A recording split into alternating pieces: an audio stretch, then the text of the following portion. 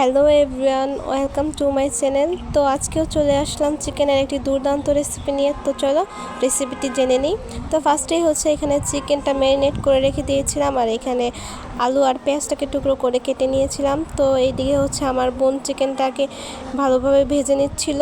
তো এইদিকে আমার মা চিকেনের জন্য পেস্ট তৈরি করে নিচ্ছিল। তো ফার্স্টেই পরিমাণ মতো মরিচ গুঁড়ো দিয়ে নিচ্ছিল, আর এখানে পরিমাণ মতো হলুদ গুঁড়ো নিয়ে নিচ্ছিল। মরিচটা বেশি খাওয়া হয়, তার জন্য মরিচটাকে বেশি দেওয়া হয়েছিল। তো পাশাপাশি এইখানে আদা বাটা, রসুন বাটা এবং জিরে বাটা দিয়ে দেওয়া হচ্ছিল। তো এইগুলো পরিমাণ মতো দেওয়ার পর ভালোভাবে একসাথে মিক্স করে নেওয়া হচ্ছিল। এই যে এখানে জল দেওয়া হয়েছিল, তো ভালোভাবে মিক্স করে আলাদা করে রেখে দেওয়া হচ্ছিল। আর এইদিকে আমার বোন মাংসগুলোকে ভেজে রেখে দিয়েছিল।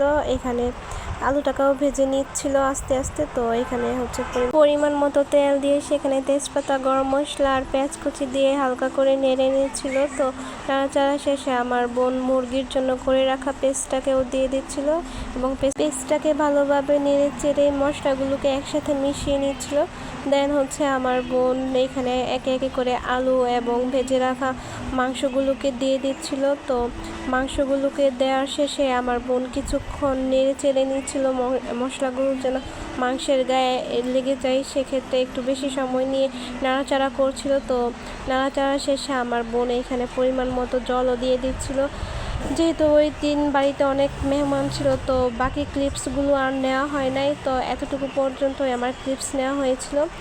তো থ্যাংকস ফর ওয়াচিং, বাই।